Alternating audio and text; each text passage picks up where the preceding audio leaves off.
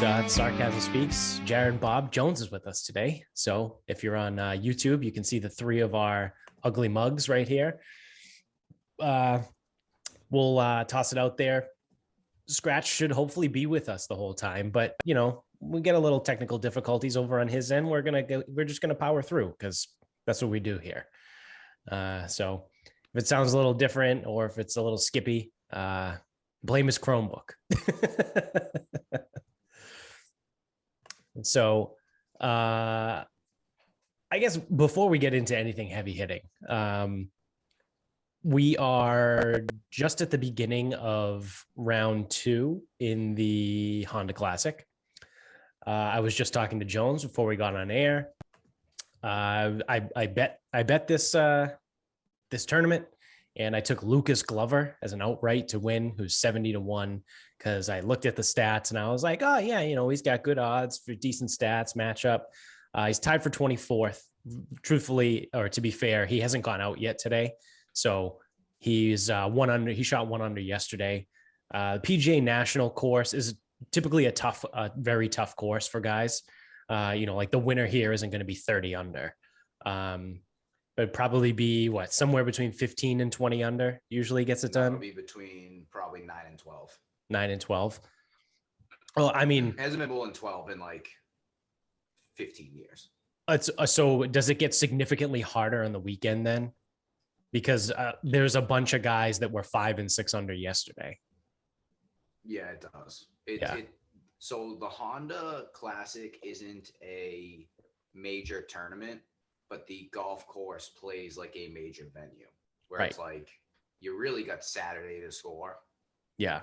And then after that, just fucking hold on for dear life. And if that wind blows, forget it. You're all fucked. Yeah. Yeah. So now it could go over 12 under par, but it hasn't in like 10, 12, 15 years, something like that. Yeah. Yeah. So I would then say that expect these guys to back up pretty hard or just stop playing so well.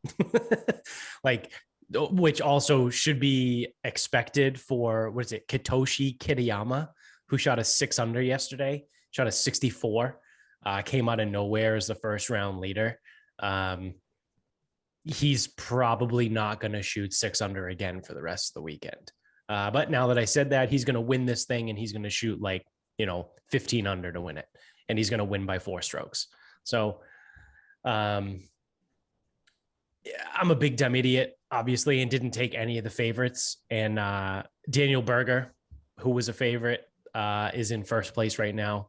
Again, it's still early on day 2, but it's a lot of these things where it's like, stop trying to be cute. Stop trying to outsmart your stupid, idiot, whatever. Cause the Lucas Glover 70-1. Yeah, obviously it pays 70-1. Like, that's great.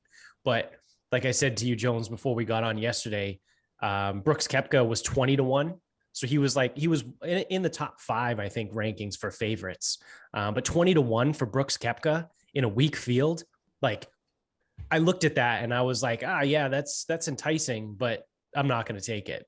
And then yesterday he was 1 shot off the lead before he bogeyed his, 16th or 17th hole, which was the 7th or the 8th, because he played the back. He started on the back yesterday, but so it dropped him out. But, he almost finished his round 1 shot off the lead. And yeah, no shit. You know what I mean? Like, you sit there and you look at it and you're like, yeah, no shit. Brooks Koepka is a phenomenal golfer. And you could get him at 20-1 odds to win an event in a really weak field. The other, the top guys that are in this are Bruce, Sung J M, Daniel Berger, and outside of that, what'd you say? Louis Oosthuizen, but I mean, he'd rather be on his tractor. I mean, you got middling guys. There was another 18-1. You have some middling guys like a Gary Woodland, who's out there, who's sometimes he's good, sometimes he's not. There's a bunch of, like I said, the middling group, but as a whole, the field for this event, pretty weak. And then coming into it, Koepka even said oh yeah, this is embarrassing. My 20th world ranking or world golf ranking, whatever. So everyone's like, oh, he's going to play the lights out. And it's yeah, maybe. but he's also just good. You know what I mean? Like, I don't know. It's just dumb. It's just another example of me trying to outsmart the fucking books and not take will Bruce win? I don't know. Probably not, but it's just infuriating to watch it happen. Like a Lee Westwood. So he's another one that's out there. So like, there's a lot of middling guys in this tournament. Like I said, Gary Woodland, Lee Westwood, trying to think of who else, Tommy Fleetwood. Like, these guys are like, they're just good. Like, they're not great. They're just a bunch of middling guys. And sometimes they win. Like, I'm pretty sure every name I just said has Fleetwood won on tour? No. But, Westwood. You got to remember, though, Lee Westwood's only won like 3 or 4 times. And he's been on tour for like 60 years. Yeah, but he's won like 1 billion times in Europe. Yeah, yeah. So, no, it's hard because when it comes to these tournaments, last week at Riviera, the field was loaded. Yep. And Neiman ran away with it. Yeah. In second place was Cameron Young, just like everyone predicted. Oh, I'm sorry, it was Morikawa, but Cameron Young was like hanging around, just like everyone predicted. So that's the thing, is like, you can get too cute, like you really can. Yeah. But you got to remember, even like some people, like this goes back to gambling versus picking winners.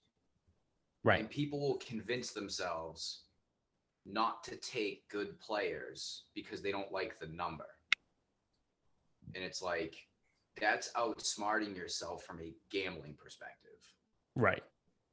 So like, when I broke down my players, I think there were 6 guys I liked before I even got to Berger. And I think one was Neiman, and I wasn't betting on Neiman because people just don't win back-to-back tournaments. Does it mean he won't? No, he could. It's just very unlikely. Right. And then, so it's like, I'm looking at it, and I'm like, well, I'm going to throw Berger in there because, frankly, he's probably the best player here. Or, one of. Go Knowles. At least the guy's fucking won. I'm taking Chris Kirk, who, recently found sobriety and hasn't. I mean, he's had some nice moments, but he hasn't played that good. Yeah, I mean, he's T2 right now. Kadira was 200 to 1, statistically one of my favorites, and then shot $1 billion over on the front 9. Yep. And I don't remember. Oh, Noren. I had Alex Noren. Actually, I took a round matchup on Noren. I don't even know how that went. Noren's T9 right now. Oh, he definitely won that matchup. And he was against. He was 1 under yesterday. Johnny Vegas. He was matched up with Johnny Vegas in round 1. Oh yeah, yeah. Tell me Johnny Vegas is 8th. No, they tied. They both shot 69 yesterday. Because Vegas is 1 over today and he's even, and Noren is 1 under and he's -2. You know what though? So, I don't think I took the 3-way. I think I took the regular. So that's probably just a push. Yeah. So you guys are gonna have to like kind of remind me. Is this like kind of like a warm up to the players in a couple of weeks, more or less? No, this is actually, so the Honda Classic, if I was to describe it from a non-gambling nothing perspective, just a fan perspective, it's one of the harder courses they play for regular events. It's a fucking kick in the dick. Yeah. So theoretically, if you're a player and you don't have to play this event, you probably don't. Yeah. I think also the way the schedule shook out this year too, like everyone wants to play the Genesis, and then next week is Bay Hill. So it's like which everyone plays. So it's like, do you really want to play 3 weeks in a row? And then after Bay Hill, isn't it the Players? Well, so it goes the way the tournament went, or the way the schedule went, going back to the championship weekend. Farmers, where a lot of guys play. Waste Management, where a decent amount play. A lot of guys played in Saudi too, so many guys played that weekend. Yeah. Then it was Pebble, which no one plays. Right. Riv, where everyone was. This is Honda, so they look at it as like a week off. Then they usually play Bay Hill, the Players together, and then they'll probably mostly be off for the Valspar at Innisbrook. So like these guys don't really like to play 3 weeks in a row. Could most of them handle it? Yeah, but the ones that have that attitude don't have to. So it's like people will get bent out of shape, like, oh, well, can't play 3 weeks in a row. Well, they don't fucking have to. Justin Thomas doesn't have to. Right. So yeah, the Honda is the hardest course, but where it now falls on the schedule, it's very, very unappealing. Well, and that's the thing is like, if you get to choose your event, some of these guys don't get to choose. They just have to take what they can. So they're there. And then Koepka's probably on some kind of sponsor something. Him and Berger, they probably on some kind of sponsor something. Because is it Palm Beach Gardens? I forget where this is. But they all live in Jupiter, so it's not like they're staying. They might stay at home. I don't know. I don't know my Florida geography. Yeah. But they're all going to play Bay Hill, and they're all going to play the Players. So for some of these guys, that could be a 3 or a 4 week stretch. And for some of these guys, like, isn't it Berger? Maybe not Berger, but isn't it Fleetwood? This is like the first time Fleetwood is playing this season. So this, I know, I saw that. I read an article that said that this week there's like 3 or 4 guys that are making their like season debut or their like 2022 debut. You know, they might have played in the Goofy Golf season in like, you know, November or whatever, but yeah. So let's just put one thing out there. Don't let Tommy Fleetwood fool you. No matter how good they tell you he is not that good. No. Talented? Sure. Does not win. No. I bet you he has under 6 career wins and none of them are on the PGA Tour. And he ain't that young. He's not that old, but he ain't that young either. Yeah. So yeah, let's ease off that. But yeah, so like Louis Oosthuizen might only have 2 rounds, or this might be his first event or something. It might be, yeah. Louis might have been one of them might too. Be his first. But like Koepka missed the cut last week, so that might change why he's playing this week or whatever. Right. So, because that goes into it too. Like, if you throw up a fucking gross number on Thursday, you could commit by Friday to the next event. Yeah. And then, like, Berger missed an event earlier in the year, so this could be a makeup event because he pulled out of maybe Pebble. Yeah, didn't he injure his back? Injury. Yeah. Yeah. So he might have pulled out of Pebble and looked at it like, all right, well, I need a replacement event now. I might as well do it in Florida, down kind of where I live. And not do it at the fucking John Deere. Right. Yeah. So, I mean, it's a fun tournament. I like the Honda. I mean, this year, like I said, the field isn't awesome, but it's still a fun course. It's fun to watch. I like the courses where these guys kind of get their asses handed to them a little bit, because it's nice to, it's nice to know that even the pros can fuck up sometimes. You know, when you got a guy like, I forget what tournament it was where Dustin Johnson won with 30 under. Like, that was here. Oh, it was here? That was in Norton. Yeah. Oh, okay. Yeah. And it's like, yeah, that's cool. Like, but is that exciting to watch? I mean, it would be to some people. Yeah. But I don't know. It's impressive. It's not exciting. Exactly. Yeah. Yeah. There you go. It's impressive, but it's not exciting. That's a good way to put it. In Hawaii, Cam Smith shooting 34 under. Impressive. Not exciting. Right. Yeah. It's like, oh, cool. You birdied every hole. These guys start burying balls into the water. Right. I think it's either 15, 16, 17 or 16, 17, 18 at Honda or at PGA National. Yeah. It is a fucking dick kicker. Yeah, I think it's 16, 17, 18. The bear trap. It definitely involves 16, 17. Yes. Yeah. No, the bear is the bear. Yeah, because it's the bear trap, the snake pit. Yeah. The snake pit's in Innisbrook. The horrible horseshoe is Colonial. Yeah. Yeah, this is a Jack Nicklaus course, right? Yeah. And then it would be the bear trap. Yeah, this is the bear trap. Because I know it's definitely 17, because 17 is a bitch. The par 3 where you have to, it's just all water. Like you have to clear it. 16 is the same thing. Or 16 and 18, I think, are the same thing where it's all water down the right side or something. Yeah. Yeah, I just saw 18 and it looks like a fucking nightmare. Yeah. Par 530, and this guy just fucking went way over the green. What do we got? ESPN Plus coverage right now? Yeah. Yeah. Yeah. So 18 is the par 530. I don't have that down That Yeah.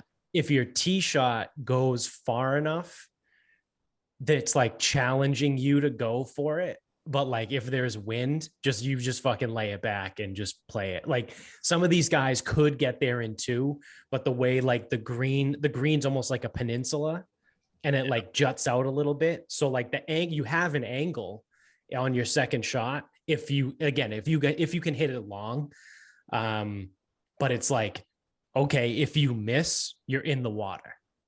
So it's like you either bail out left and hope you don't end up in one of the like 17 bunkers that are over there, or you just lay it back and then just play for the birdie. 18 is a bitch. I know, because I played it a bunch this week on Tiger Woods PGA 14 because I've been on school vacation week. When you play that game, do you like just get like prepared for tournament week, like play the course a million times? Yeah. You know where the divot patches are, where these guys are gonna be hitting it to. Yeah, it's great. It's like I know every hole now. Like these guys that are talking, they're like, oh yeah, they're on this hole, this spot. I'm like, oh, I know that spot. Oh, you don't want to be there. That's a tough spot to be from. You gotta know the decade approach. Yeah. Where does it pinch? Yeah. What is it? 16, I think. The green on 16 is an absolute monstrosity. It's a bowl, but it's an off-centered bowl. So it's like if you're on the left side of the green, you're fucked. Like, so on the Sunday pin in the video game, they put it right like on the edge of the bowl. So if you're on the left side, you're screwed. But you have to be like off the green to the right. It's wild. This course is nuts. I enjoy it. I enjoy playing it in the video game. I'm sure I would hate every second of it if I would played it in real life. I probably just would never hit driver. I would just hit only like exclusively 6-iron.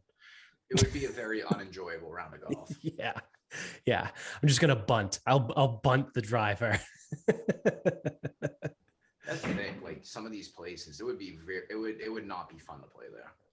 No. We're gonna go on a golf trip. Oh, where are you going? PGA National? Oh, that sucks. Yeah. Oh, I'm sorry. You couldn't find anything better. Oh, great destination, Palm Spring, Palm Desert, whatever the fuck it is. I don't know what the fuck in California. Yeah. It's like, oh, what are you gonna do? Oh, I'm gonna go play the stadium course in PGA West. Oh, you mean the golf course that the pros wouldn't play for 30 years because they said it was too hard? Yeah, I hope you have fun. Yeah, enjoy that. yeah, I'm sure it'll be great. I'm sure you know what? I'm sure you'll enjoy yourself. Yeah. Well, that's inevitably the question that always comes up when you talk to people around here that, you tell them you like to golf and you golf a lot, whatever. They're like, oh, you ever play TPC Norton? And I'm like, no, I haven't. And they're like, well, don't you want to? And I'm like, I would play it once just to say that I've done it. But I would go in well knowing that like I'm going to shoot like a 130. You'd be surprised. And I know like I'm not playing from the same tees that these guys are, and the course is different. Like obviously they dress it up when they come, like if they let the rough grow or they cut things different. And again, the tees are way further back, but like still it's a professional course, and I know it's a TPC course, so it's whatever, but like I would go in and play it and just hold on to my fucking pants the whole time and hope that I don't totally shit myself, and then be done and be like, yeah, I can say that I've been there, but like, whatever, you know what I mean? It's not like this whole thing where it's like, oh, I really want to play there. Because I'm going to get my ass kicked. Same thing with like Pebble. Like I would love to play Pebble Beach, but I want to play Pebble Beach for the experience, not to like be like, oh yeah, I went to Pebble and I shot a 102. It's like, no. I'm going to go to Pebble and shoot like a 140. All right. So I have reason why your logic is a little bit flawed. Little bit. And especially on these resort courses or TPCs or whatever, they're usually not that old, which means there's a lot of old courses out there. in the TPCs, whatever, they're newer, so they've been able to learn a little bit from what's happening. So like you go to the little Marion course, the 9-holer down there, there's stone walls running through the course. So you don't get anything goofy on a TPC, a tour, or a resort course. Yeah. Now this is resort courses specifically. Resort courses, they don't want you to struggle. They want you to have a good time. So the type of grass pops the ball up. The greens aren't that hard. So like example of, and this isn't technically a resort course, but Pine Hills in Plymouth, you know, the premier daily fee course. Well, the guy told me, he goes, where the cup, he goes, if you're within 10 feet of the cup, go right at the pin. It will not break. Like, okay. He was right. Because these courses are planned, they're prepped, they're researched, they're done a specific way where things are, they're almost like considered fair and thought out. So strange you know, concept. Go to Pine Hills, the fairways are wide. There's a lot of space to hit the ball. Can you find the woods? Absolutely you can. But they're wide, they're big, they're firm, they roll, like there's space to hit it off the tee. And then things might get a little bit hard, but you're already in play. And then the putts aren't crazy. You know, you come to Sharon Country Club in the third hole, which was built in, you know, I don't know, 1920, like whatever. The course goes back to the 1800s, but the club goes back to the 1800s, but the course probably goes back to like early 1900s. Well, the third hole is very, very sloped from back to front, and that's changed over time. Green speeds used to be slower. The slope has become more severe over time. It's now not that fair of a hole. Yeah, the third hole sucks. The green sucks. And we don't have or we're going to work on fixing it, but like we don't have necessarily the resources to look at it, go, this green's getting a little gross. Well, when we shut down for the year, we'll just rebuild the green. Like these other courses have that type of money. They can do that. So like TPC Boston, they don't put cups in unfair locations. So once you're on the green, you can typically putt okay. It's big and wide. Like it's out there. There's nothing like super unfair. If there's something that looks like kind of gross, they give you options. Hey, if you want to hit it far, go ahead. If you want to pull it back, you can do that too. If you're going to try to go for the par 5 and 2, disaster can occur. But if you lay it up, it's really not that hard of a hole. Right. So if you play from the appropriate yardages on some of these courses that might seem intimidating, it's really not that bad. The course that I found the most difficult, so the courses that I found the most difficult to play are the older ones. Yeah. So like, is it myopia? Myopia was the hardest. I think that's probably like the hardest challenge of golf I've ever had. I wouldn't say it's the hardest course, but challenge of golf, because you got blind shots, you got slopes, you got things you can't see, you got decisions to make, you've got this insane fescue, and it's like it's like borderline fucking insane. Like you need to do what it tells you. You don't get to play your game. Now, Wannamoisett was kind of hard, but Wannamoisett was only hard because the rough was very penalizing. So it was like I hit into the rough a bunch, and twice we had some trouble finding the ball. Well, those approach shots didn't go very well the next time. But if I saw the ball and it was sitting up, it kind of went okay. Yeah. And I find that, so that's like a approach that some people don't like, where it's like, oh, it's unfair. My ball sat down this time. And it's like, yeah, but golf ain't fair. And if you don't like that approach, that's fine. You don't have to. I don't always love that approach either.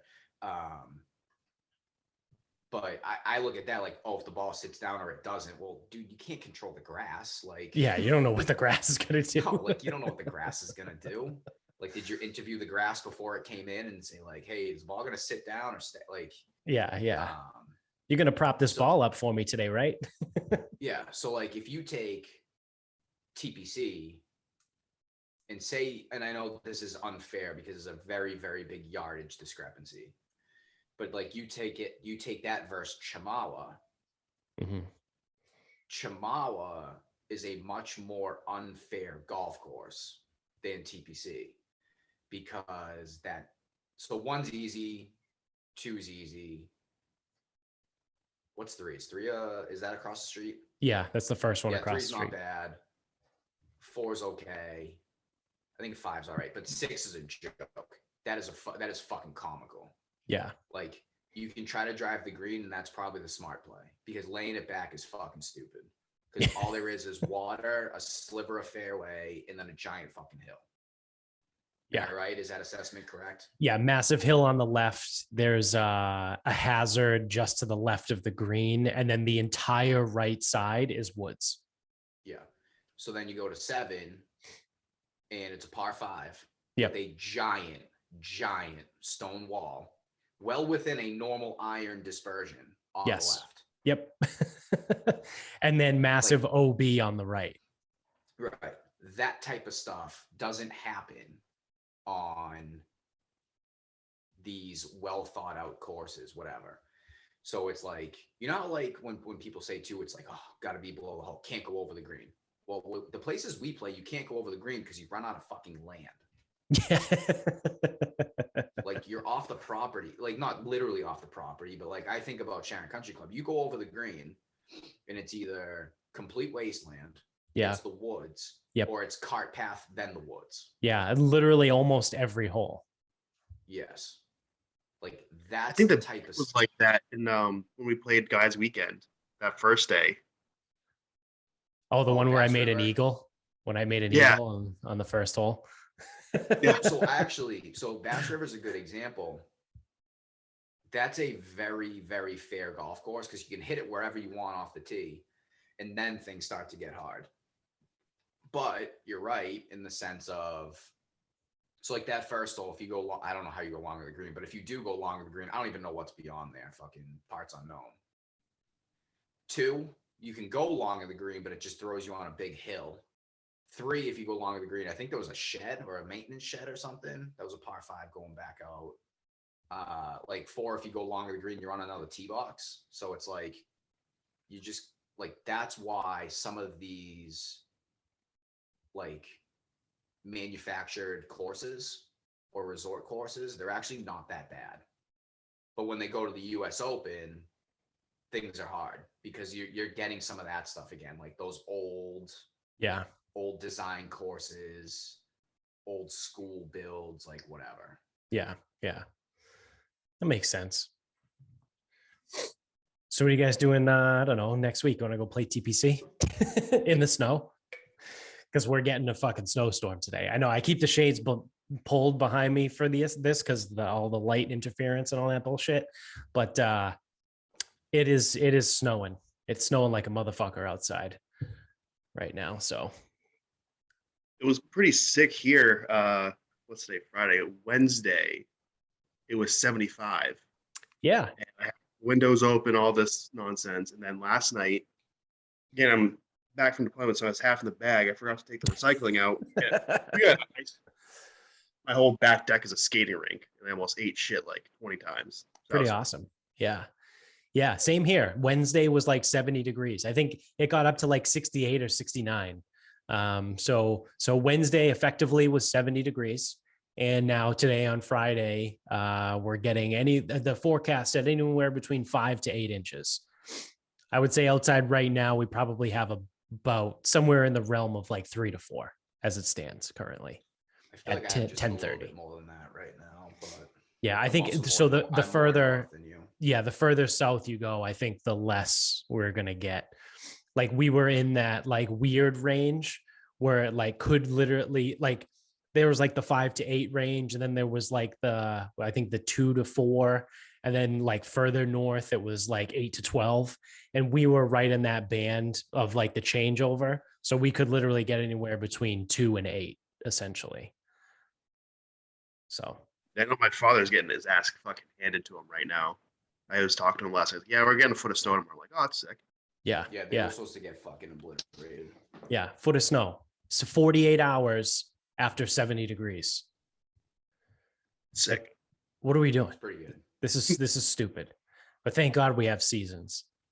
Yeah, it would be so terrible, dude, if it was just nice all the time. Yeah. It would be really terrible to be in a place like Texas where we were last week, where the coldest it gets during the daytime is like 50 degrees. Yeah, that would be pretty awful. I wouldn't want to live in a place like that. It is funny because we probably got the shittiest weather Austin gets if there's no storm. Like they had a storm like the week before, right? Which was probably worse. But yeah, the shittiest it got was like 30 overnight and a high of like 52. That's so bad. Yeah. Now I'm gonna be fair. Once we're acclimated to heat, that first 59 day, I usually still walk out of the house in shorts and a t-shirt, and that does send a fucking shiver down my fucking back. Yeah. That day in like September, October. Usually it's like the first one in like either late August or September where I'm out of the house at 6. Yeah. And I see that 5 in the temperature, and I'm like, that's cold right now. Yeah. And that like the day's going to, because the day's going to warm up. Like the high might be like 68, but you look at that, like you said, like when you got to go to work and it's like 54, you're like, but you dress for the 68, you go out in the shorts and the t-shirt and you're like, yeah, it's pretty fucking cold.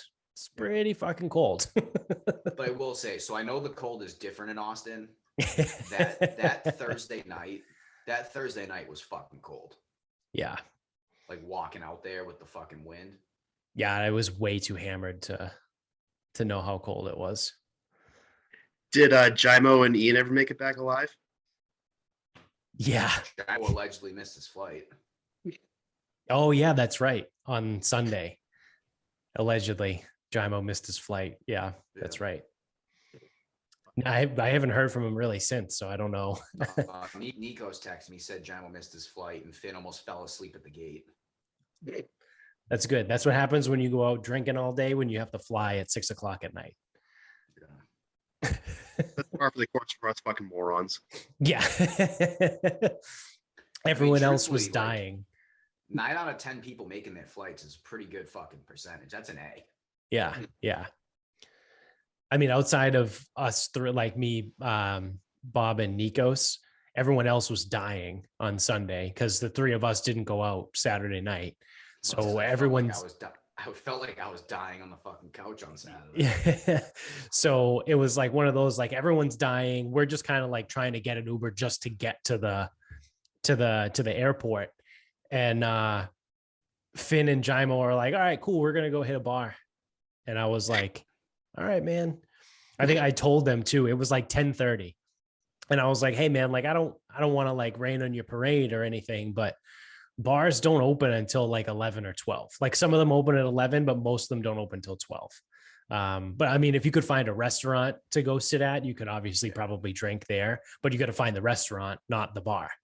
So, it was one of those, they obviously found something regardless of what time it was. And they did enough damage for Jimo to miss his flight and to Finn almost fall asleep at the gate. So hopefully they enjoyed their Mondays at work. You guys did like off.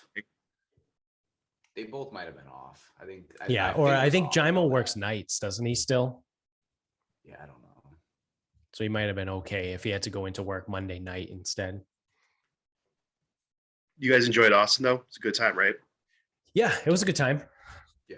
It was a fun city. So we've got Nashville for Jimo and whenever that is. And then I think we're going to settle on Saratoga for me in August. So it'll be good. Yeah. Cause so once we got back, I just started asking everybody. I mean, the one benefit to seeing so many fucking people, and especially like, guys in their 50s, 60s, is they've generally kind of been places. And it's like, I don't know, maybe I think too much. Maybe I really do. Because I was asking some of the guys, so I go, all right. I go, it's my buddy's bachelor party. He wants to play some golf. I go, but this isn't a 5 rounds in 3 days type of thing. I go, right. That's too much. Right. I go, maybe 1, 2, I even think a 3rd round might be tough. I think 3 would be pushing it. I would be happy with 2. And I'm like, and even then, even if he makes it through that, the other people aren't the gonna rest of make the it through group. that. Yeah. The way it would have to go would be like, we book the first round and the second round, and then like maybe the three of us. Well, I don't know, Jones, you can get pretty banged up sometimes, but like, Happens. if anything, yeah, this doesn't make you a I'd bad be, I'd be guy. down for it. I'd be Yeah, it down doesn't make for you a it. bad guy. Well, I was even thinking like even if Bill makes it to the first 2 rounds, he's probably not making it to the third. Right.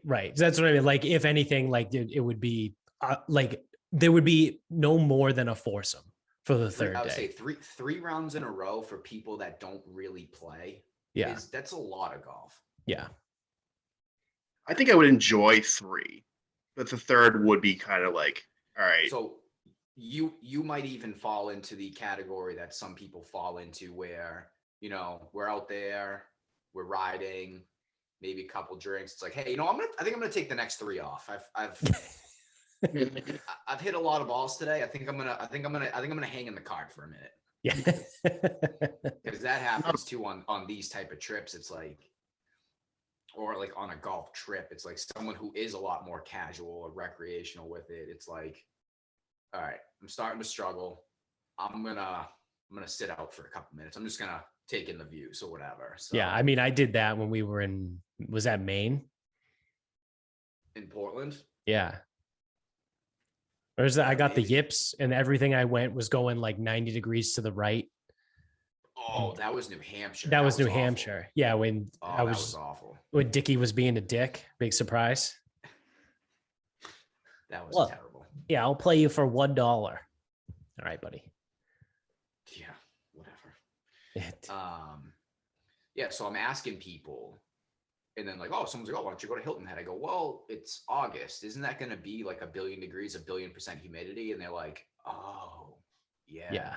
Yeah. That's why I originally had thought of doing Scottsdale for the bachelor party, because I had also met a guy on the golf course last year and got his information, who his job was he sells golf vacation packages, and he sells them all over Arizona.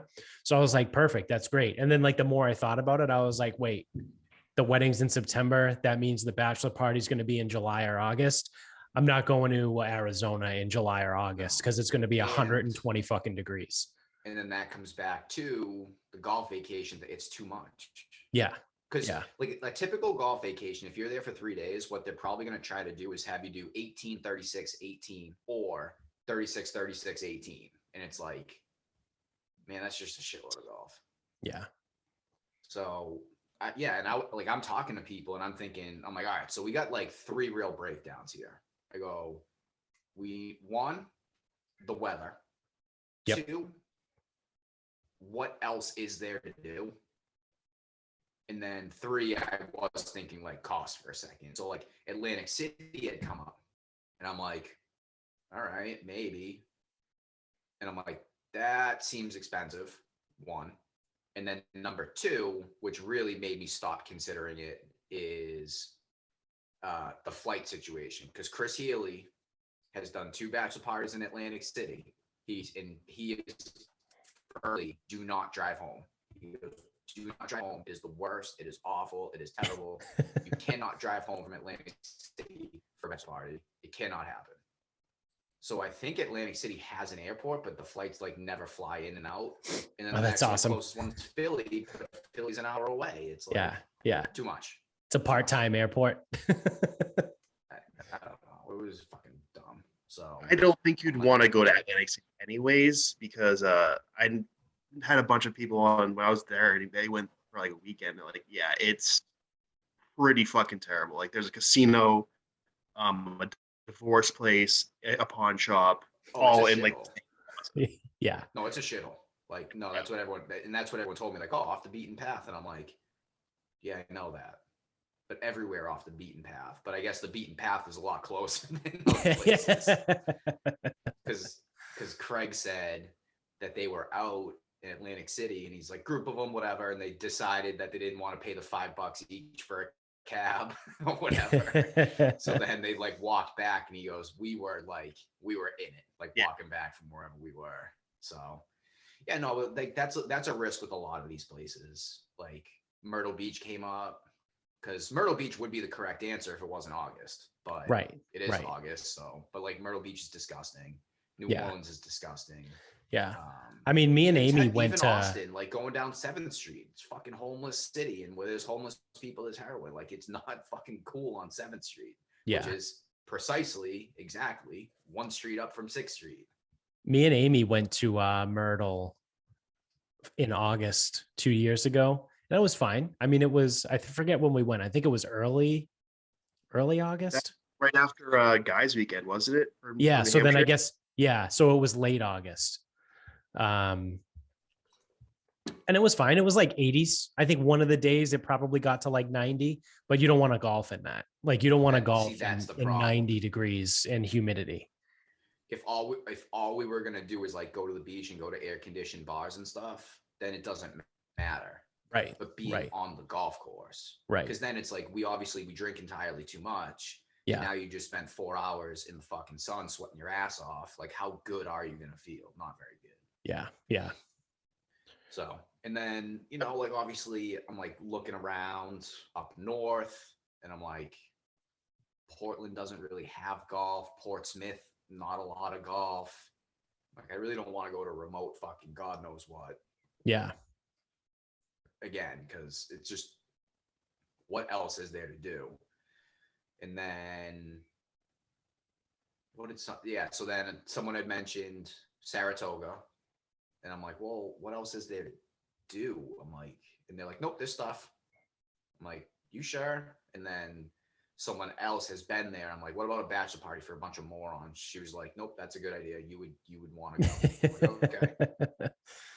And then obviously Turning Stone's up there too. So I texted someone about Turning Stone, and I asked, and I was like, hey, so what's the deal if it's like casual golfers? He goes, probably don't want to go.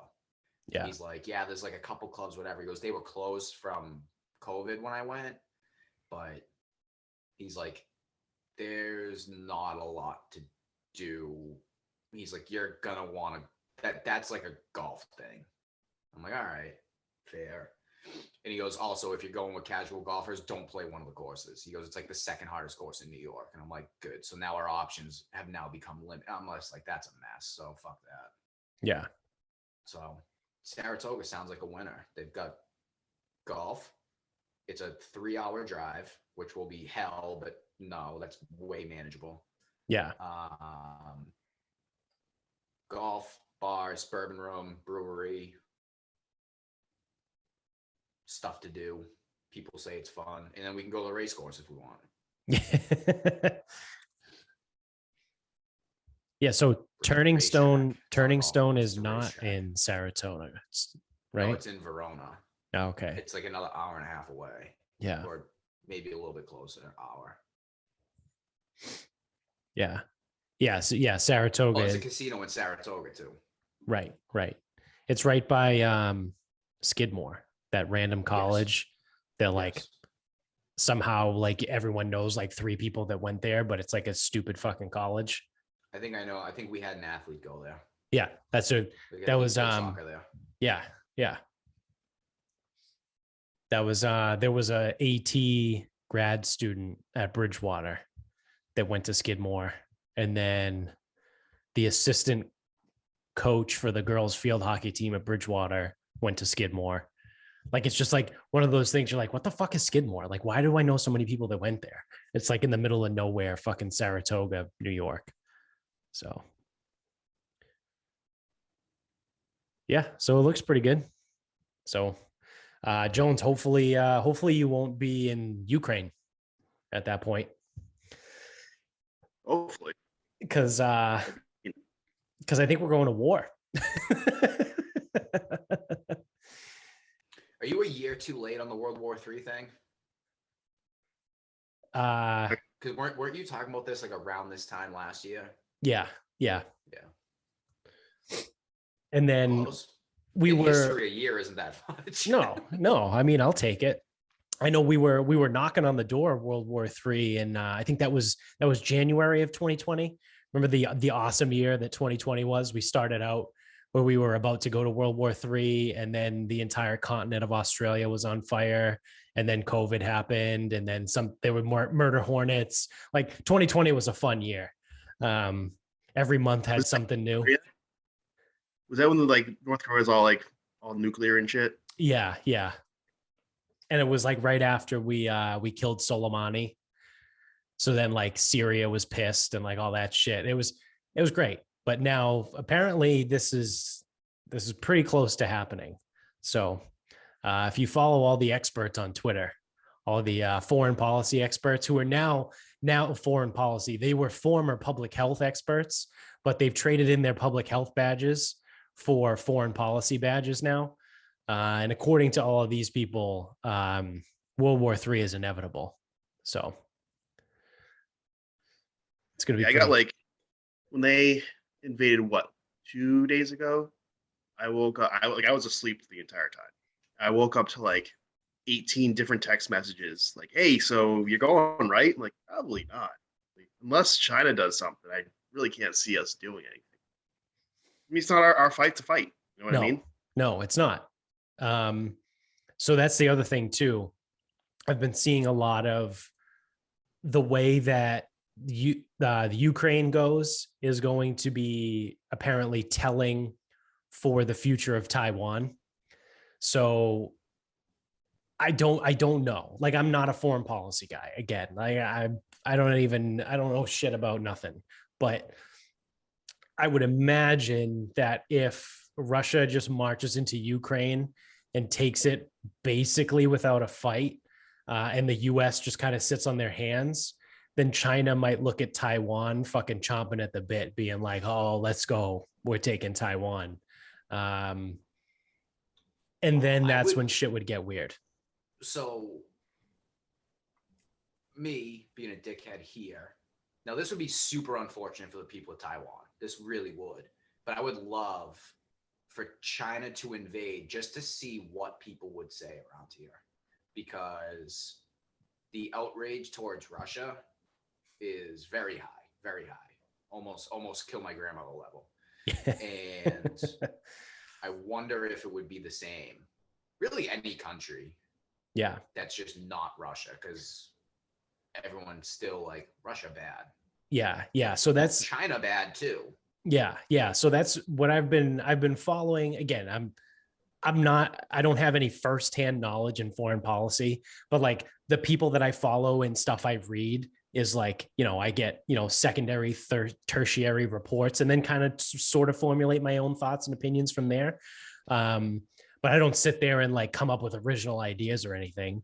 But most of everything that I've seen is that because of the way Congress is made up, right, of whatever it's called, septuagenarians and octogenarians, like they're legit people in their 70s and 80s. Oh, old people, got it. Old people, like they're so hung up on Russia that they're like, oh no, Russia bad. Like you just said, Russia bad. We have to stop Russia. We have to go to Ukraine. We have to start a war. We have to fight. Meanwhile, like Russia's not an actual threat, like legitimately.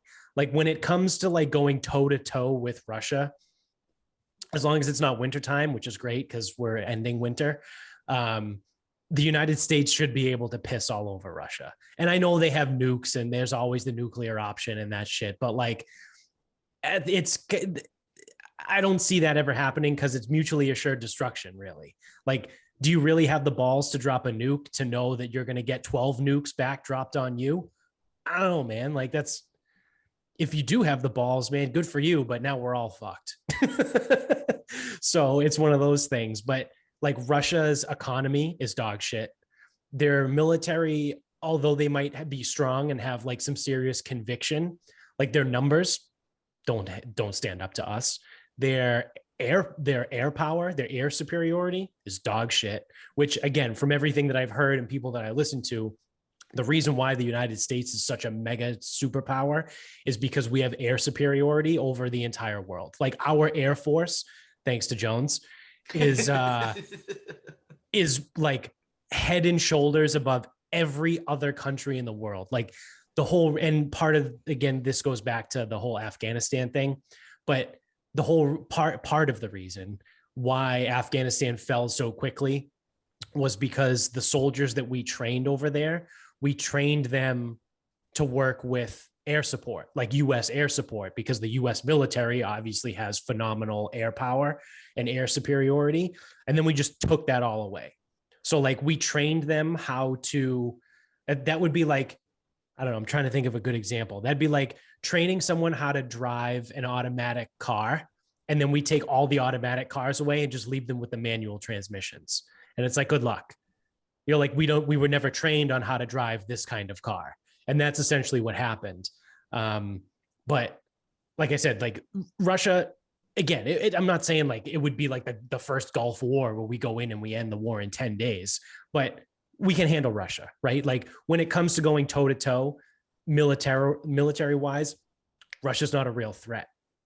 The real threat, however, is China.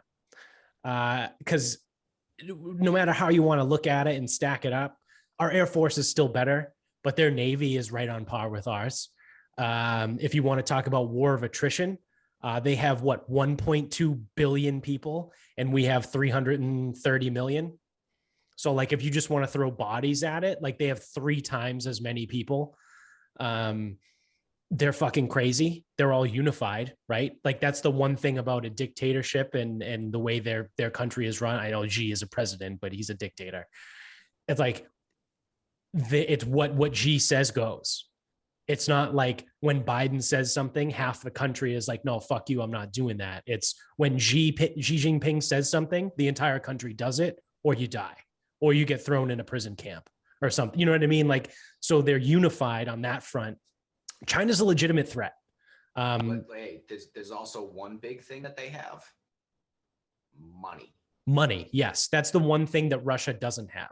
Russia's economy is dog shit. China's economy is probably better than ours at this point. Like, I don't know numbers off the top of my head, but like they're either right, like literally right behind us or ahead of us. You know what I mean? Like they're ahead of us. Yeah. So China's the threat, right? And it's funny sitting where we are now in 2022, where Russia is invading Ukraine and China's fucking salivating over Taiwan. And it feels like everyone for 4 years was making fun of some guy who couldn't stop talking about China. And granted, Trump was a fucking jackass, right? But I think he was correct in the fact that he was obsessive about China, being like, we need to do something to stop them. He put sanctions on them or tariffs and all kinds of other shit on them. And people were like, well, why would you do that? What are you doing? They're great trade partners. They're this, they're that. We can't piss off China. We've talked about it a bunch more recently. It's like the Chinese business is well, first of all, it's owned by the government essentially. So Chinese business is Chinese government, but they also control Hollywood, the studios. They're fucking basically have the NBA by the balls. You know, it's like you have professional sports teams, you have our media corporations, the movies that we make. Like, it's fucking wild. And but somehow everyone's like, well, no, China's not that bad. Russia's the problem.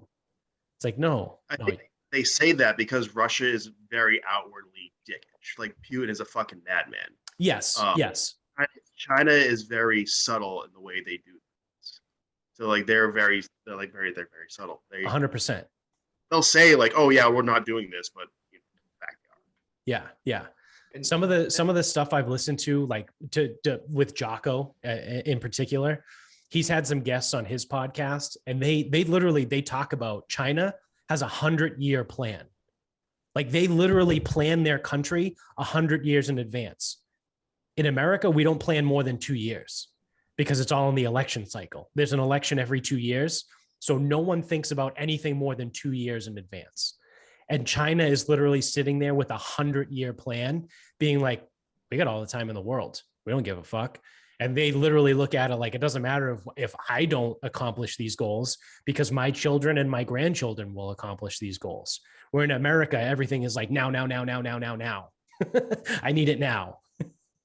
Is Russia considered a superpower? No, I don't think so. Not anymore. They were when it was the Soviet Union. And I don't think it is either. It's like now trust me, there's a crazy man in charge. Yeah. And there's a crazy attitude over there. But they're not a fucking superpower, right? No, their economy is too weak. That's what I mean. Is like I would say they if they go to if World War III did happen, Russia would fucking collapse to some extent because financially they'd be fucked. Yeah. You're going to see that happen once these sanctions kick in because they can't get the dollar anymore. They can't get yen. They can't get euro. So and I think the ruble is at the lowest point in history, I heard. Yeah, it's even better than a peso. They're going to run out of money pretty fucking quickly if they stay here in Ukraine. Yeah. So I don't know. I don't know. Like well, the thing is, like, I'm at work and people are like, oh, it's not good what's happening in Ukraine. I'm like, yeah, it's not good. You know, it's not that big of a deal. Oh, it's not that it's not a big deal, but like people over here don't really need to be that concerned. I don't think. No. Oh, well, it's a superpower invading another country. I'm like, is it? Yeah. No, like I was telling you, Jared, like everything really hinges on what China does. Because I mean, if they either back Russia, then you have an issue. If they try and do their own thing as Taiwan, then you have a huge issue. And then it is World War III. Then it's just game over. Right. Yeah, and then Russia's just like the fucking redheaded stepchild that's just along for the ride. You know, they could very well get propped up by China. Like you said, like if China decides to back Russia financially, we get a serious fucking problem. If you want worst case scenario, China decides to back Russia financially and also simultaneously invade Taiwan. So now you have a war on two fronts. You have one in, what is that, Eastern Europe? Technically, it's almost the Middle East, but we'll call it Eastern Europe. Baltic states. Yeah. And then also in the Pacific. Well, I don't know. The last time we had something like that, it was called World War II. So a massive war on two fronts with two giant countries. So yeah. Also, like, good luck trying to get any support in Taiwan as well, because just looking at it from like a geographical, and again, I'm not a war guy either. I know nothing in military procedure, but if there's a war on two fronts, right? The countries you would consider, if we recycle names here and we call them the allied countries, if you got the United States, Germany, France, the UK, probably not Spain because they suck. They don't do much, but like those countries, they're going to be more focused on the Ukraine because that's like 600 miles away. They're probably not going to want to expend the resources to go to Taiwan. So guess who's going to Taiwan? Us. We also have a very big presence in the Pacific. I mean, you got like Hawaii. Right. Guam. And I think there's a lot of bombers out in Guam. So, I mean, I think you're okay for a little while. And I think you have some allies out in the Pacific, but nowhere near as many in Europe. Right. So what I was getting at was like, when it comes to like the Chinese front in Taiwan, it's going to be like 90% United States. Because like I said, it's just a real thing. Like Germany, if they have to give troops to support a war, 90% of their troops are going to be going in Ukraine to fight Russia, because they can fucking almost see Russia from their house. You know what I mean? Like, Taiwan is literally on the other side of the globe. They don't give a shit. You know what I mean? Like, Russia is the more pertinent threat to them than China. But like what I was going to say before was, I don't know the percentages of this, but I would be willing to bet somewhere around 50%, if not more, of Russia's economy is supported by oil exports. And like I think Germany gets 70% of the oil that they use is Russian oil. So that's the other big thing, is if war does get declared, it's going to cripple Germany, because if Russia cuts off their oil supply to Germany, now Germany just lost 70% of its oil that it brings in. And it's like, there's people are just debating all over the fucking place. Like, well, this is how you should have done it, and this is how you should have done it. And it's like, well, yeah, it's real fucking easy to sit there and be like, this is how you should have done it once it already happened. But at the same time, like, people are kind of going after people that were going after Trump the whole time about like the Keystone oil pipeline and all this shit.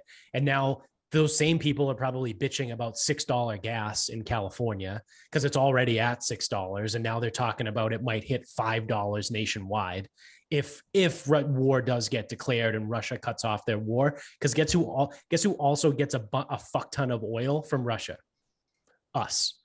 So a lot of people are saying like this was because they shut down that pipeline. And there's always there's a give and a take, right? So people that were upset about the Keystone pipeline, I don't even know where that was, Montana, Wyoming, like somewhere out there. People are like, oh, you're destroying the environment. Oh, if there's an oil spill, it will break it. No shit. If there's an oil spill anywhere, it's going to be devastating. You know what I mean? Like, it's not just like, oh, well, only this one spot. But the potential there was that now we rely on ourselves for oil rather than a country that we're going to potentially go to war with.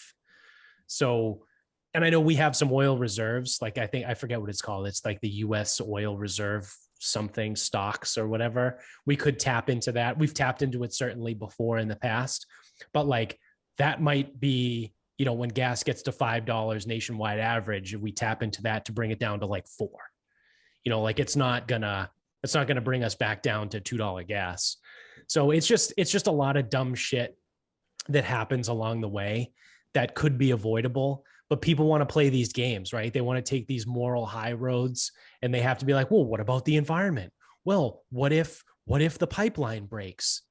Yeah. Yeah. What if Russia invades the Ukraine? Yeah, exactly. What's more likely? The fucking oil pipeline's going to explode or Russia's going to invade a country? I don't know, dude, probably Russia invading a country. So why don't we focus on getting our own shit together and like be just dependent on ourselves?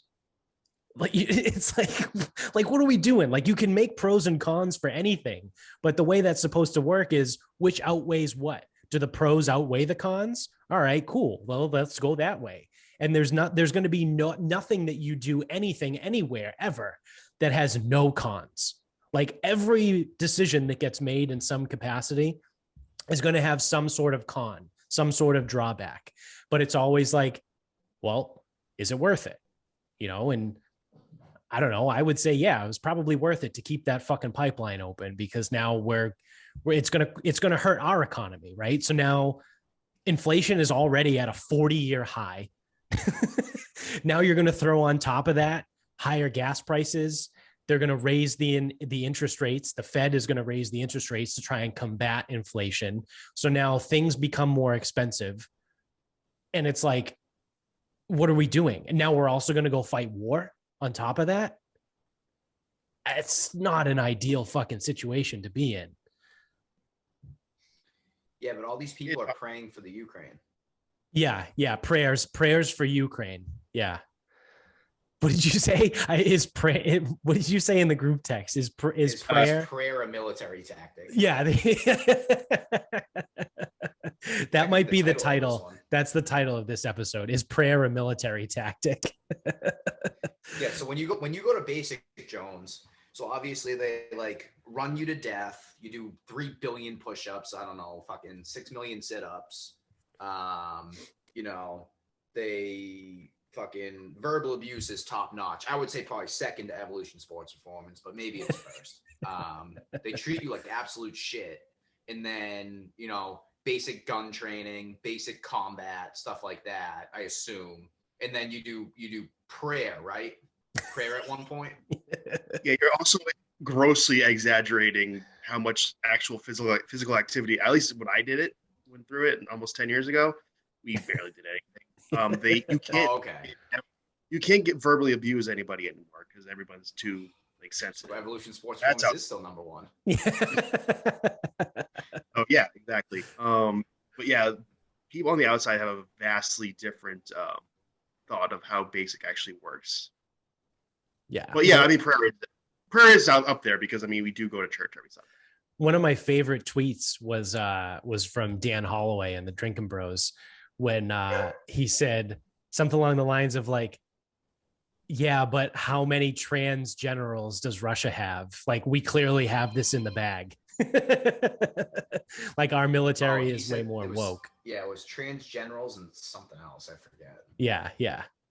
Oh, and I think vaccinated soldiers or something. Yeah, yeah. Yeah, rumor has it the Russian soldiers are unvaccinated. Which, hey, I mean, not great timing to kick out all those unvaccinated soldiers, huh? Nope. Not great. How's your backfiring? Good. Yeah. I mean, I don't know. Fucking funny too, because people were like, "Good. If you don't want to get the shot, you should leave." And it's like military members have been mandated shots for however long. It's like, yeah, but they're being mandated shots against things that will actually kill them, like the nature in Africa. Yeah, you're getting a malaria shot because you will die if you get malaria. Very painfully. Yes, yeah. And what was the other one? Oh, the anthrax vaccine was a big one. And it's like, yeah, because in the early 2000s, anthrax in the mail was a real thing. And like the anthrax was being used as a bioweapon. So like, and it will kill you like within minutes, actually. Like it's a very painful death within minutes. Yeah. What's the death rate on anthrax exposure? Yeah, probably like 90%. Yeah. And it's like, oh, well, yeah, well, you got the anthrax vaccine and you didn't complain about it. It's like, well, yeah, because if you fucking breathe that in, like you're going to be dead within 30 minutes, probably. Like you probably have less than an hour to get treatment. Yeah, it's like if there was ever an Ebola vaccine and you were going to be stationed in Africa, it's like, yeah, that should be mandated. What's the death rate on Ebola? Like fucking 60%, half, 40%, something like crazy. Pretty high. It's more than fucking 0.001 or whatever. Yeah. But yeah, good thing we kicked all those guys out. Definitely don't need them right now. Yeah. And now we're probably I hope there's a fucking draft. Yeah, there we go. I was just gonna say for vaccinated only. I fucking hope there is. That would be so fucking funny. Yeah. Enjoy having your draft now. If we do declare World War III. Yeah. I mean, if there is a draft, I hope fucking unvaccinated or ineligible. That would be fucking so amazing. That would be the most amazing thing in the world. Now, it wouldn't be a very good thing because the quality of soldiers just that much worse. But yeah, you wouldn't get the meatheads from fucking the Midwest in the South. But yeah, no real farm boys out there. The guys you need. Yeah. You'd have a bunch of fucking pussies from Massachusetts and Vermont. Great. Yeah. Rhode Island. Yeah. Well, Rhode Island only has 12 people that live there anyway. So I don't. Is Rhode Island even eligible to be drafted from because they didn't show up for the Revolutionary War? Yeah, probably. It's like, oh no, we can't draft anyone from Rhode Island because if they die, there'll only be 4 people left that live there. So yeah, it's going to be interesting, right? In the next, I don't know, probably week or so. So amidst all of this, right? My favorite thing is, and I've alluded to this earlier, right? When I said on Twitter, everyone turned in their public health badge for foreign policy. I saw yesterday, it was announced that the CDC was going to release new recommendations about COVID and mask wearing moving forward today. So at some point today, the CDC is going to come out with new guidelines, which everyone is saying like, oh yeah, they're just going to bail. And now all the tweets are awesome and the memes and everything is like, oh, sick of COVID? You just start a war. Don't want to deal with a pandemic anymore? How about World War III? And that's going to be the thing. Like now that like this whole war thing is going to start, no, it's where COVID's done. Like COVID is now dead. Like no one gives a shit anymore. Everyone's just going to start talking about World War III. So I guess in a sense, that is a positive, potentially, depending on how you want to look at it. So yeah, it's still out yet. Yeah, nothing yet. It'll be a Friday at 4:00 news dump. I just tweeted about that. Yeah. CDC is going to be like, I've heard of a Friday news dump, but the CDC releasing news on COVID during World War III preseason is next level.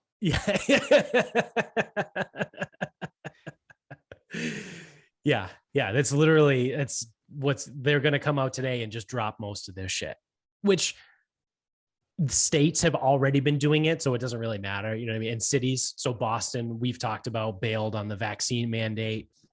I saw yesterday, LA County got rid of their mask mandate, which this is LA County must be like, in light speed, because just 2 weeks ago, they removed their outdoor mask mandate.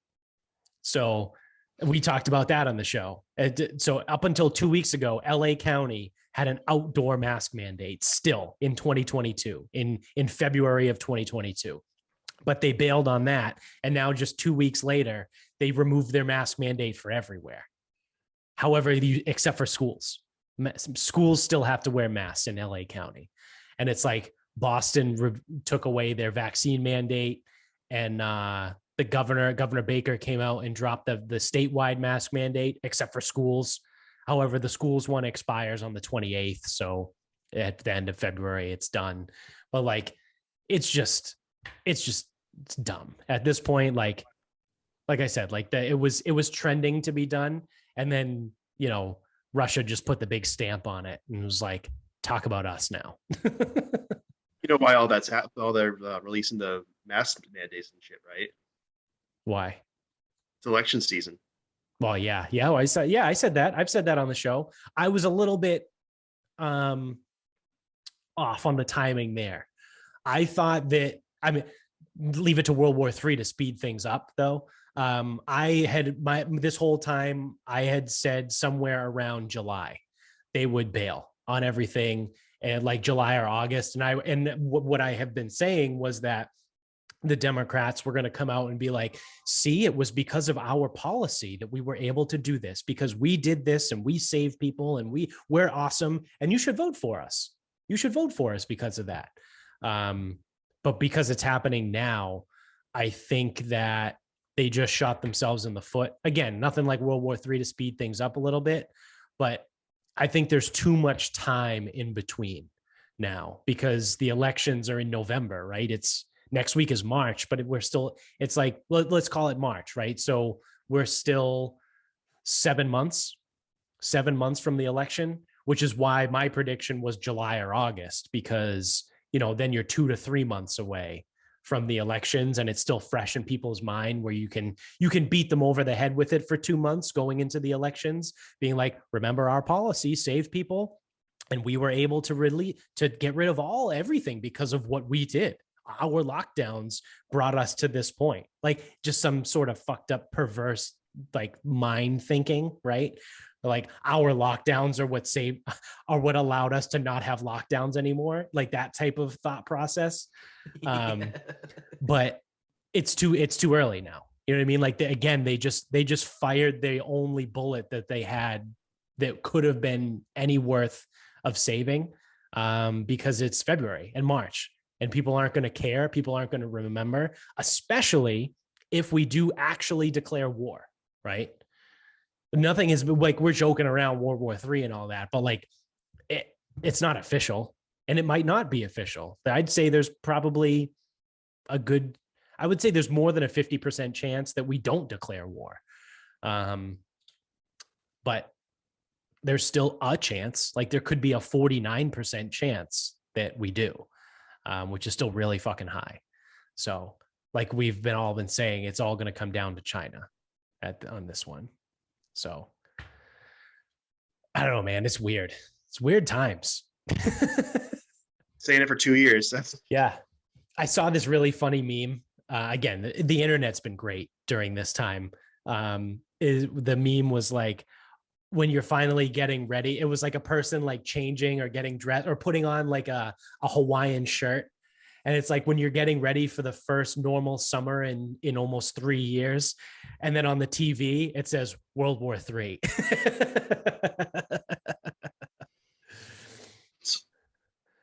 Yeah.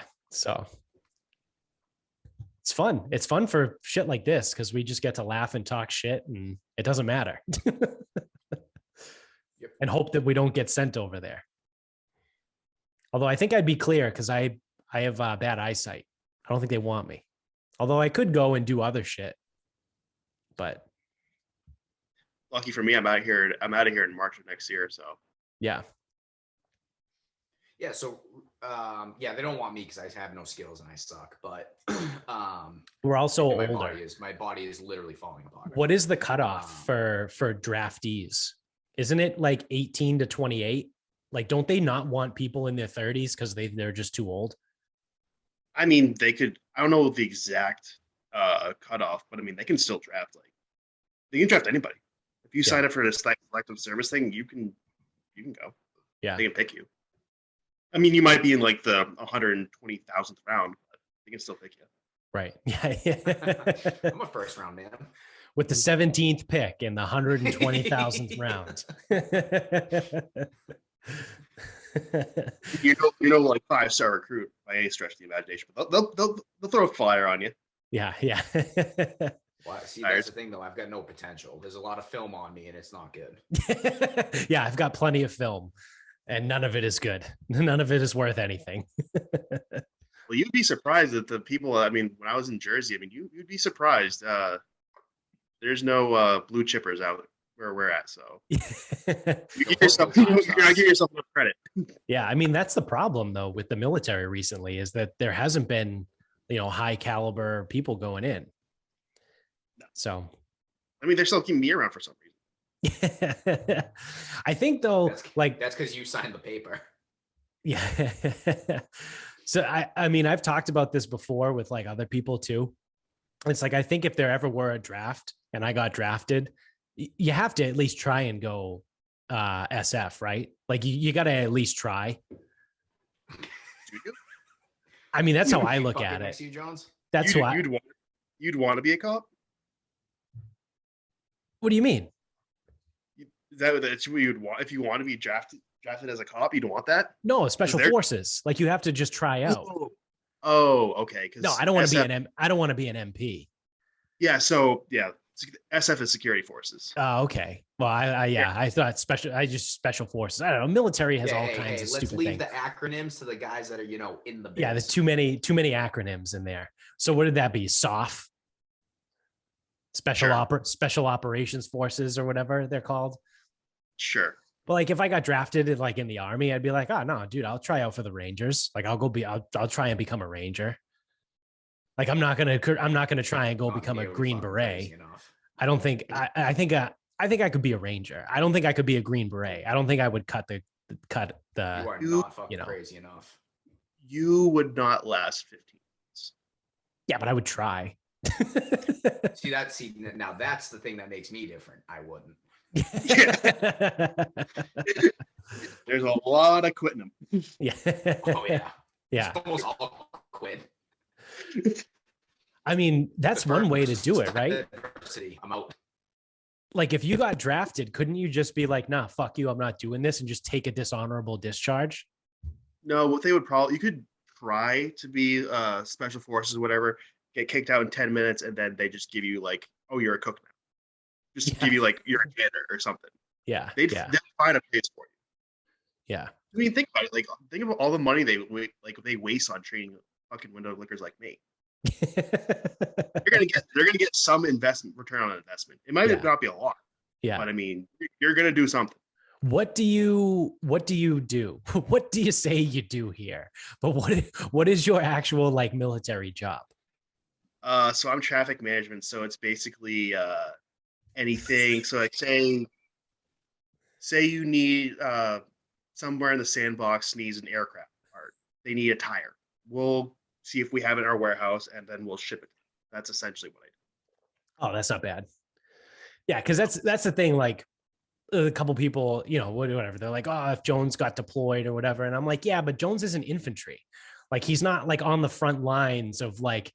He's not shooting, taking bullets and all that shit. Like he's doing something behind the scenes. Like I knew you weren't obviously like front lines guy, but also too, like they're not going to put someone with 3 master's degrees on the front lines. Like they're called grunts for a reason. Also, you're an officer now too, right? Did you go through with that? Or no? I was supposed to go to school, and then they sent me to Jersey. So now I'm like, fuck it, I don't want to do it. Yeah. Yeah. But like that's part of the thing too, is like, which is another thing. Like if we did get drafted, like we have master's degrees, they're going to look at that and be like, all right, well, guess what? You're not going to do. You're not going to stand out front with a gun and fucking shoot it. You're going to help us come up with fucking battle plans or some stupid, you know what I mean? Like they, as much as dumb as the military is, they're not completely retarded. Like they're pretty good at utilizing resources. So it's like one of those things where it's like, I know in the back of my head, like if I ever did get drafted, like I'm not going to be the fucking guy in the foxhole fucking shooting at somebody. Like I'm going to be somewhere doing something, you know, like they're not going to, they don't waste resources like that, you know? So. I'll do strength and conditioning if I have to. Yeah. Go get the TSAC. Or did they did away with that certification, didn't they? I think so. Yeah. It existed for like 6 years. Morphed it, or I don't know what they did to it, but that was fucking comical. Yeah, that was dumb. Yeah, because as if it changes anything. Yeah. Yeah. Strength and conditioning is different. Like used to like rocking with all the packs. It's like, yeah, well, if you squat 500 pounds, a pack ain't that fucking heavy. Right. All right. Well, I think it's about that time. Everyone, guys, want to wrap things up here? We can wrap things up. Where do you two stand on chicken drumsticks? And I'm not talking like the drumstick of the wing. I'm talking about the fucking big one, like the leg. Like the big guy? Yeah. I like it. I'm in. Yeah. But like impartial to it? Yeah. I mean, I like dark meat typically, like especially like when it comes to turkey or chicken or anything like that. Like I would rather the dark meat because it's obviously more flavor. And if you're cooking a bird, like if you're cooking the whole bird, no. I 1000% go to the dark meat because. So don't think in terms of the bird. Think about in terms of buying a pack and it's all drumsticks. I probably wouldn't do that. Yeah, I'd probably go like the wing drumsticks more than anything. Yeah. All right. So I generally agree with you because when it comes to drumsticks, there's a couple things at play. One is that they're a bitch to cook. Yes. 2 is that they can be cooked, but still not taste that good. Like, do you kind of know what I mean? Where it's like it's cooked like you're not going to get salmonella, but it's like, man, you probably could have cooked this for another 20 minutes. It wouldn't have dried out. And it probably would have been a lot better. Like, you know what I'm saying? Yep. So I saw a video. I bought chicken drumsticks the other day. So I will be attempting one of 2 options. We'll see what kind of inspiration strikes me to either butterfly the drumstick or turn it into a lollipop. So I've seen the lollipop video. Jones, you might have actually sent it to me once, or Vinny sent it to me. I might have. How are you going to butterfly a drumstick? I feel like so you literally not deep enough to go through, but you just cut left and right of the bone so that it detaches and then it lays flat. So yeah, you might have a little bit of waste, which is whatever. So then it just lays flat. And then you cook it like that. Interesting. I've seen the lollipop thing before, and it looked really fucking good.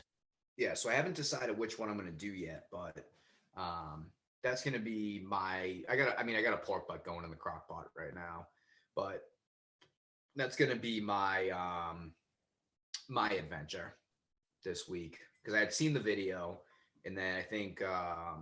Cunty Chris was talking about drumsticks because it was like the same thing. He's like, Christine cooked them.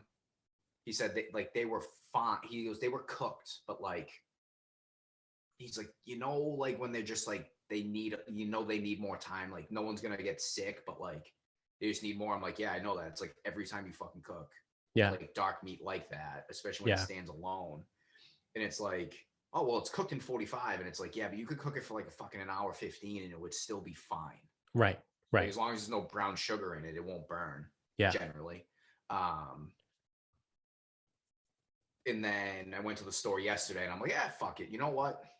Let's see. I can either butterfly it. And then I just saw a video for lollipops. I'm like, I could try that too. Yeah. Just fucking roast them on a rack and see what happens. Right. Yeah. So when I used to work at my old job, we had a culinary program, and we had the culinary teacher was actually legit. Like he was a chef. Like he was in the life for a long time and like needed to get out. So he became how he ended up working at a behavioral day school as a culinary teacher. I don't know. I never got into it with him, but he was a great guy. And I had asked him right around Thanksgiving, being like, hey man, like, what's like the secret to making like the turkey, right? Because we were talking and I was like, dude, turkey sucks. There's no way I've ever had it outside of being fried that's any good. So he told me what you're supposed to do is remove the legs. You remove the dark meat from the bird and cook them separately. And then that's how, because they take different amount of times to cook. So if you cook the whole bird for the amount of time it takes to cook one of them, the other one sucks, like, and vice versa. So it's like one of those things. And so he said what he usually does is he takes the legs off and he cooks the legs the night before and then cooks the bird, like the breast, that day, and then just heats up the legs at the end and then serves everything. And I was like, wow, that's probably because it probably reheats, like dark meat definitely reheats a lot better. Yeah. Yeah. Is that also why it takes like a bajillion hours for like a whole bird to cook? Is because you're kind of making sure the dark meat is fully cooked and then the rest of the shit just dries out and tastes like ass? Probably, yeah. Yeah, and the other thing too is like some of these birds, they're just big. Like if it takes 30 minutes a pound, or I don't know if that's right. Let's just pretend it is. We're not into real facts. Don't take this as culinary expertise. Yeah. But if it takes a half an hour a pound and you got a fucking 20-pound turkey, it's fucking 10 hours. That's 10 hours. Yeah. And some people do. Well, I don't know. I'm like, I'm never cooking a fucking turkey more than 14 pounds, and I'm never cooking it outside of a fryer. The only thing I would consider is if someone gave me a turkey, I would maybe consider it butterflied on the smoker. Yeah. But you will never see me cook a whole bird outside of a fryer, or you will never see me cook a turkey in whole. Yeah. If it's whole, it's going in the fryer. If it's not whole, I'll consider it on the smoker. Right. Right. So keep me posted with those lollipops, because you might be onto something. And then I'm interested in the butterfly. Yeah. I don't know. Maybe I don't know. I'm off today, so maybe I'll get into some videos of how to actually butcher this shit the right way. Yeah. All right, Jones, you got a final thought? I ended up buying like 3 pounds of them, so I could probably do half and half too. Oh yeah, definitely. Yeah. And then if you fuck it up, it's only half. Well, I ain't gonna get fucked up because it's dark meat. It's easy. Like that. Well, that's true the too. best part is there's nothing to fuck up. Right. If it goes over, then all it gets is more crispy. Yeah. That's true. That is definitely why the dark meat is superior. Yeah. So Jones, you got a final thought? I do. So I don't know if you saw this, Jared. I know you love Tulsi Gabbard, but did you see she's speaking at CPAC this week? I did not see that. Yeah, so I think she's done with the Democratic Party. I think she's switching sides. I don't know when exactly, because it started yesterday, and like Ted Cruz talked, some other asshole talked, but she's definitely like a keynote speaker in there. So I think that's kind of interesting if she does jump ship. I mean the Democrats are fucked anyways, but it's like actually kind of surprising. I didn't think that she would actually jump ship to the Republican Party, but kind of interesting. Yeah, I didn't either. Yeah, I'd be really interested to follow that more closely too as we go. I think more so than anything, I got the feeling she was just done with politics, like in general, like until things would be able to change, which I doubt they ever will. But that is interesting. That's something to pay attention to. Yeah. So I don't know. I'll try and do some more shit. And I'll send it your way. But I thought it was interesting that because she's still in Congress, correct? No, nope, she left. Oh. She did her Okay. term, and that was the whole reason why I said she was done with politics, because she came out after. So she did whatever it is, 2 years, 4 years. However, I don't know how long she was in there for, maybe 6 years. She was a rep, probably 2. Yeah. So she was talking about. She did 8. She did 8. Okay, yeah. 8 in Hawaii. And she was talking about how ridiculous it was. And she came out, I think it might have been on the Joe Rogan podcast, when she said that she basically outed Congress and said it was like a high school cafeteria where everyone has their cliques, and like if you don't play nice with this one person, you don't get invited to certain stuff and all that shit. So she said she was like, fuck this, I don't want to be here anymore. So she just stopped running. So she was like one of the very few people that had her morals and standards, got in, saw how things really ran, and said, no, I'm not doing this. And then not only did she say, no, I'm not doing this, she went on one of the biggest podcast, or the biggest podcasts in the world, and outed everyone. And not by name. Like, I don't think she dropped names, but she said, like, this is how it works, and it's ridiculous. So ever since then, I mean, I always liked her before, but ever since then, I've been a massive fan of hers. But it's interesting that she's talking at CPAC. Yeah, I didn't know that she was out of politics in general, but yeah, I thought it was really interesting that she's like one of the keynote speakers at CPAC. Yeah. Yeah. I don't know. That's weird. I don't know. It's weird because I feel like, I don't know. And Dan Holloway talks about this all the time from Drinking Bros, where it's when the left goes wild, people on the right should sound level-headed, and vice versa. When the right goes wild, leftist ideas should sound level-headed. But we're definitely in a time right now where like the leftist ideology is so fucking wild that, you know, people on the right are almost like the harbingers of common sense at this point, which is terrifying, because there's plenty of people on the right that are still like super anti-abortion and all kinds of weird shit that I don't personally agree with. But like, I definitely find myself aligning a lot more with things that people on the right are saying, purely because people on the left are so fucking crazy.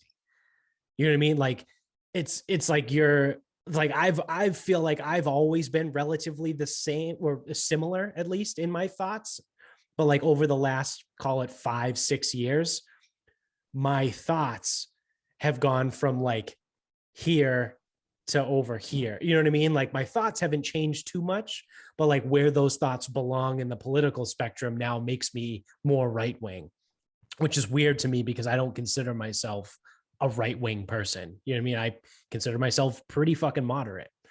But it's just like, you know, the window has, what is that called? The Overton window has shifted so far that like it's just, things are all fucked up. And you have someone like Tulsi Gabbard, who was a Democrat in Congress for 8 years, is now talking at CPAC. Like, that's the state of where things are right now. You know what I mean? Like, it's very strange. It's very strange to me. So as you were talking, I was kind of reading. I think she already spoke. And now this is going to sound, so this sounds overly simplified. I'm on Politico. I don't know what the fuck that actually is or does. And it's like, you know, like the whole like, oh, can't we all get along? But it's like, you know, not just like, can't we all just be friends? No, I think she's like more or less, because she says she's still a Democrat. Like, she ain't switching yet. But it sounds like she's going to try to like show that it doesn't need to be one versus the other. So in return, now everyone just hates her because the conservatives are like, she shouldn't be here. And the Democrats are like, well, she shouldn't have gone there. And it's like, good. actually she's proving her own fucking point. Yeah, yeah, she is. Which no one will listen to because everyone will be too busy doing God knows what. But this is the thing that makes her so interesting, is she is a Democrat, but she thinks independently because she's blaming the way Biden handled this whole situation for why Russia's doing what they're doing. And it's like, well, generally a Democrat wouldn't do that. Right. Because you have to be on your team. Right. But she don't give a shit. Right. She's a real person. She's doing what politics should be. Yeah, whereas she might be a Democrat. If she runs for the next one, I might actually consider voting. Yeah. And she'd have to make it there. Unfortunately, she probably wouldn't. She wouldn't make it if she ran as a Democrat. She would have to run as an independent. But yeah, I mean, I think, people talked about Bernie, if he ran as an independent, would probably get the highest poll since Ross Perot. But I really think if Tulsi ran as an independent, not only would she get the highest poll, she would probably have the best chance at winning of any independent ever. But just so we're clear, still probably not a good chance. Yes. Yeah, probably not. Okay. Because you have people that are such dickheads that they won't vote for anyone that doesn't have that letter after their name. You know what I mean? Like, well, I'm a registered Democrat, so I only vote for Democrats, or I'm a registered Republican, I only vote for Republicans. It's like, well, you're part of the fucking problem, actually. Yep. Like, that's like the reason why Tulsi is doing what she's doing is because of you. So you're an asshole. But we need more of that. Like, if just because you're a Democrat doesn't mean that like you can't criticize someone who's part of your party. Like, you should criticize them when they do something you disagree with, and you should praise them when they do something that you agree with and you think is good. You know what I mean? It's like, I don't know. It's ridiculous. Like the way everything has become so partisan is becoming a real problem. And it's, Rogan talks about this all the time on his show, that if you tell me how you feel about one thing, I can go down a list and tell you how you feel about everything else. Like, that's how it is. And that's not how it's supposed to be. Like, you should have, like, we joke all the time about people from Vermont. They're gun-loving hippies. Like, they're pro-2A, but they're also pro-choice.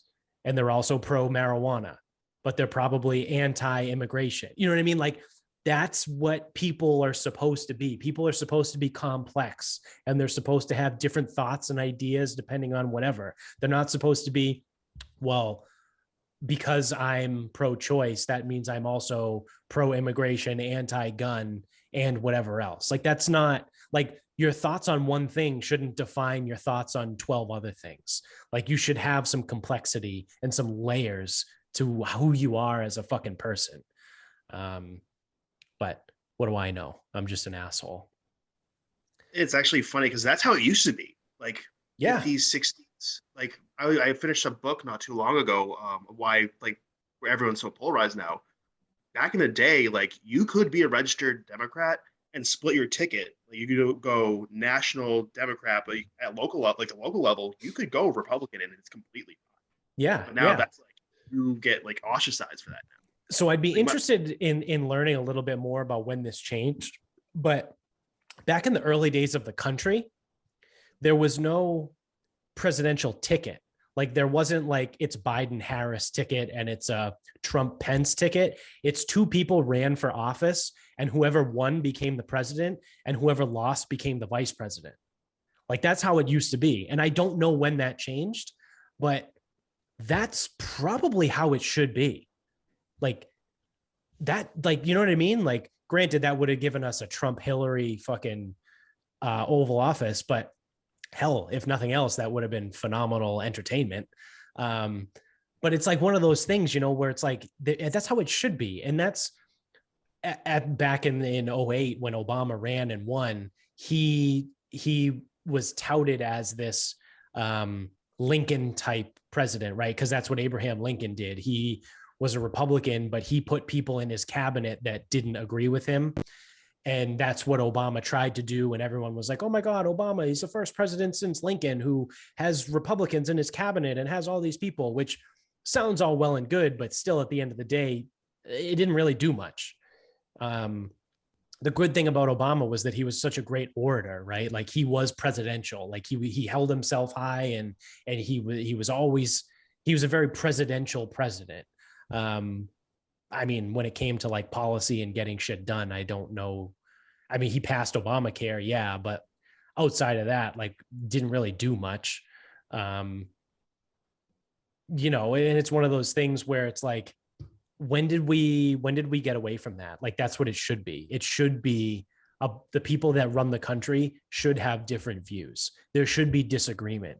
You shouldn't fill your cabinet with a bunch of yes men, which is what Trump did. And Trump fucked that up, right? Because he would fire people every 3 months. He'd be like, nope, you're fired. You're out of here. Like it's The Apprentice. Like he would have someone who's the fucking secretary of transportation who probably said no to him in a meeting. So he fired him and then brought in another guy. Like I feel like Trump's cabinet was constantly evolving. Yeah, I mean, the guy had fucking 3 chiefs of staff in his time. 4 Yeah. years. Yeah. And it's like, you shouldn't want yes men.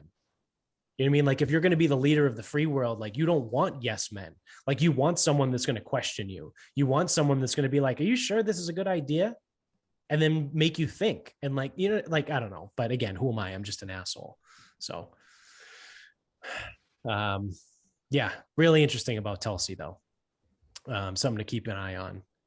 But so I will get to my final thought without further ado, which is a relatively quick one. And has to do with The Punisher. So Amy and I started rewatching The Punisher because the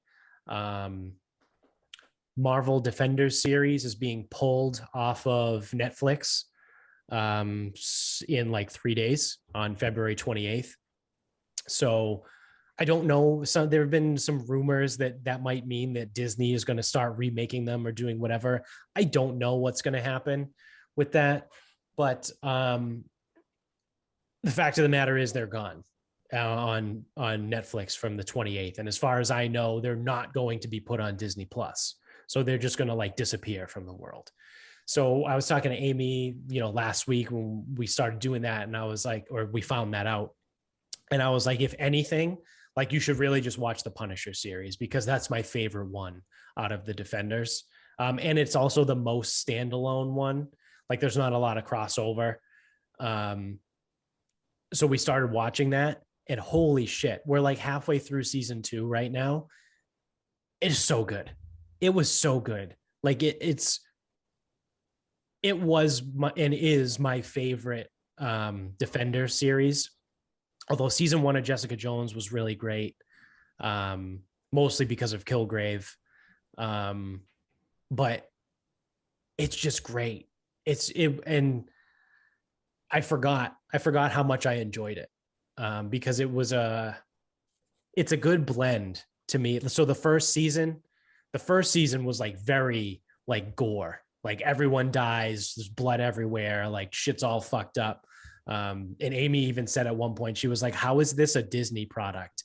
And I was like, it's not. It wasn't at the time because Netflix bought the rights and Netflix owned the rights to this and made this series. So it was before, it's not a Disney product. It's a Netflix product. So the first season, super dark, whatever. The second season is very good too. Again, we're halfway through. Personally, I like the first season better, but for like the second season's easier watch, I would say. Like there's a lot less like gore and death and disgusting death and things like that. But it's just great. It's great. And I just wanted to, it's great. I wanted to bring that up and at least throw it out there that actually no, by the time this comes out, it will be February 28th. That's Monday. So no one will be able to watch it anymore. So sorry guys, if you want, watch it tonight. Try and get through all 23 episodes tonight in one day. So enjoy. So that's all I got there. Did you guys ever see? Well, I know, Dats, you watched The Punisher. Yeah, I Jones, did you ever watch it? I haven't watched The Punisher, but I watched Daredevil. Okay, yeah. Yeah. He was in season 2 of Daredevil. Yeah. Yeah. I like Daredevil was good. Yeah, the only thing I remember about Punisher is it being maybe a couple episodes too long. Yeah.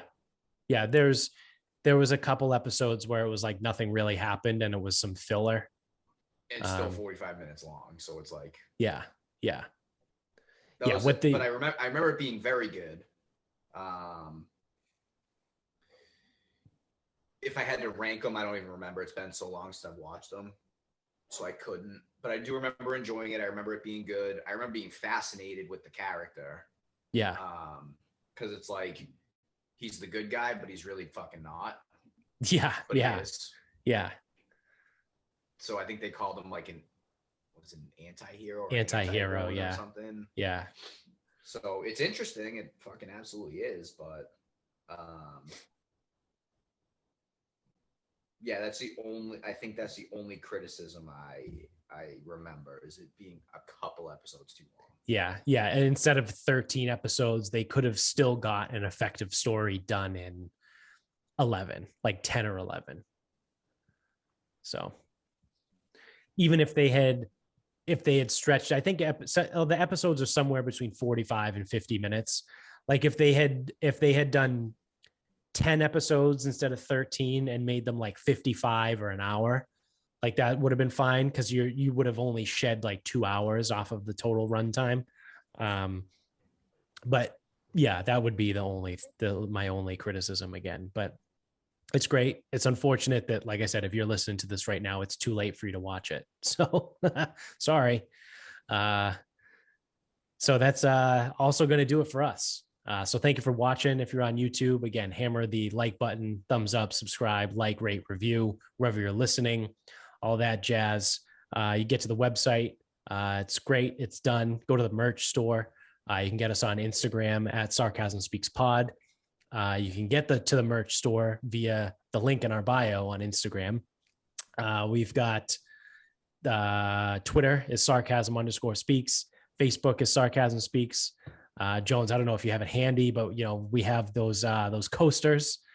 they're probably in the trash. It's fine. No, they're downstairs. I'm upstairs today. Yeah. But yeah, you get all that fun stuff in the at the store and all that. Thank you to mybookie.com. Use a promo code SarcasmPod to double your first deposit up to $1,000 over at MyBookie. You go to grillyourassoff.com. Use the same promo code SarcasmPod for 15% off your entire order every single time you check out. I need to buy more seasonings probably within the next week. So I will be using the promo code SarcasmPod for 15% off of my order. Yes, I will use my own promo code. I don't care. I did. Yeah. I literally put it in an order yesterday. Yeah. Yeah. So I will also be ordering some again in the next week. So again, love Grill Your Ass Off. They're awesome. Grillyourassoff.com, promo code SarcasmPod, 15% off every single time you check out. So I think that's all the bases. Until next time, hopefully by next time, we're not in World War III. So good night.